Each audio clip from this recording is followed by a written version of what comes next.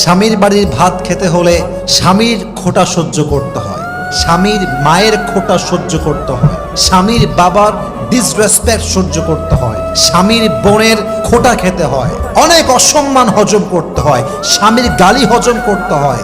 তাই মেয়েরা বলে স্বামীর বাড়ির ভাতের বড় দাম। আমি কথা বলবো, কথা সত্য, তবে একটা কথা অ্যাড করতে হবে। যদি আপনার স্বামীর বাড়ির ভাতের দাম এত বেশি মনে হয়, তবে মাথায় রাখবেন বিয়ের পরে স্বামীর বাড়ির ভাতের দাম যে পরিমাণ বেশি, আপনার নিজের বাপের ঘরের ভাতের দাম তার চেয়ে বেশি। বুঝবেন, জাস্ট তালাকটা নিয়ে বাসায় যান, তাহলে বুঝবেন।